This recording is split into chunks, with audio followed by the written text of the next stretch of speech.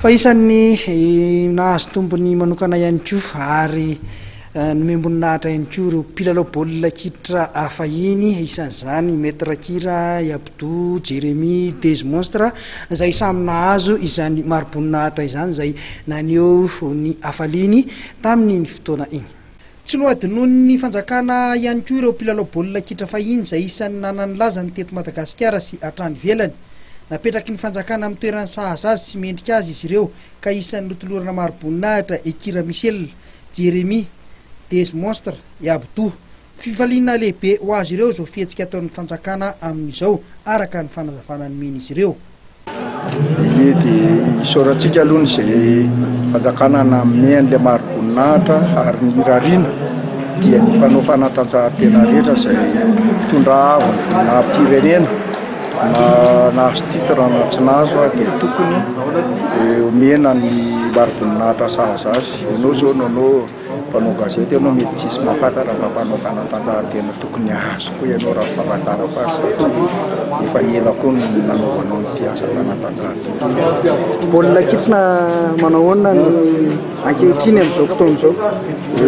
Baolina kitra moa zany somaro eo ihany ny vokatra satria mahafinaritra aloha zao ny ekipa misy anay moa zao dia Knaps dia mbola mitohy eo raha aliko atao club Garoa dia irarina ho tonga hatramin'ny farany dia ohatr'izay koa ny ekipa pirenena dia tokony tsy ho adino ilay fikarakarana ny tanora hitanao ihany ireny natao tamintsika tamin'ny karakarana anareo tamin'ny mbola kely ireny any ihany zany ny tena tokony fosany. Voalohany indrindra aloha dia misaotra Ndragnahary tratry ny zao nahazo ny ordre de mérite fanao fa hatramin'izay angamba ty nitanay voalohany tamin'ny fiainanay izay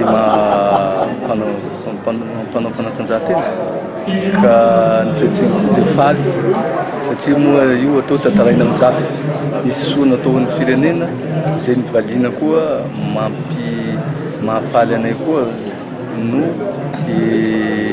hihetsiky foana hanohy an'ilay fahaizanay mba hoentina hanasoa ny tanora malagasy. Ny baolina kitra ny taranja misy ianao ny fahitahanao ny baolina kitra ankehitriny ary? Ny fahitahako anazy aloha ny baoly tanao fa ny baoly efa niova ny taloha sy zao tsy mitovy. Sarotra anay ny tena hoe mandroso ny football satria fahitatsika an'izao tanao fa izy mandeha fa tsy henena mandeha latéral dia toko mandeha latéral fa mandeha devant toko mbola tsy mandeha devant dia manaraka an'izay moa tanao fa nazahay tao ary tanao fa ny ministère no nanomenay iny fa hatramin'ny 2012 ka noizay anton'izay ataoko fa miezaka mihitsy ny na izahay na ny ataontsika ny fédération tsaratsara kokoa zareo miezakazaka koa hampandroso ny football malagasy satria hitako fa tsy mandroso fahitako anazy franchement. Zany ngamba ataoko hoe fa satria mora misy tsy adino any zay zany na hoe fa legetra tsy adino fanjakana ohatran'izay eto zafaly satria nahazo andeha. Inona ny azonao resahana ary momba ny baolina kitra ankehitriny satria taranja baolina kitra no nahafantarana anao? Ny amin'izao no teneniko tena zavatra tsy mampety antsika zao resaka préparation tsy ampy fa zay taloha moa ko hitolara hoe amin'ny volana mars zay manao préparation fa ny amin'izao ngamba ataoko une semaine ngamba na tapa-bolana farafahelany zay tsy mampandy azy fa hitako azy fa elementsika tsara aloha izy amin'izao. Inona ny fahatsiarovana tsara indrindra ho an'ny Des Monstres atao anatin'ny baolina kitra? Ny fahatsiarovana tsara indrindra tiako ngamba ataoko hoe zay contre Nigeria tany Nigeria satria marina zay resy 2-0 teto fa zay tena 3-0 tany Nigeria raha ny tena izy fa le 3e but le tena but de KO tsy nekendro nangatany le film fa tsy namendreo satria ariva zay moa kitanao hoe jerevanay izy tena tsy ohatry le 3e but. Des Monstres nangataka hivadika ho Camerounais tsy neken'ny fédération azonao tantaraina kely ve zay tantara zay? Lizy hoe tsy neken'ny fédération fa tsy haiko aloha fahaizako izy avy amin'le président eto amin'ny Sotema.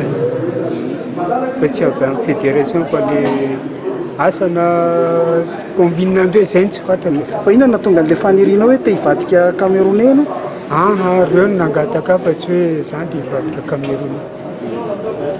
Mbola maro ny mpilalao tranainy nanana ny lazany teto Madagasikara ho an'izay sehatry ny baolina kitra izay fa mbola isy ny ampahany faharoa ho tolora mara-boninahitra hoy ny avy ao amin'ny ministera ny tanora sy ny fanatanjahantena fa mbola hojerena avokoa izy ireo.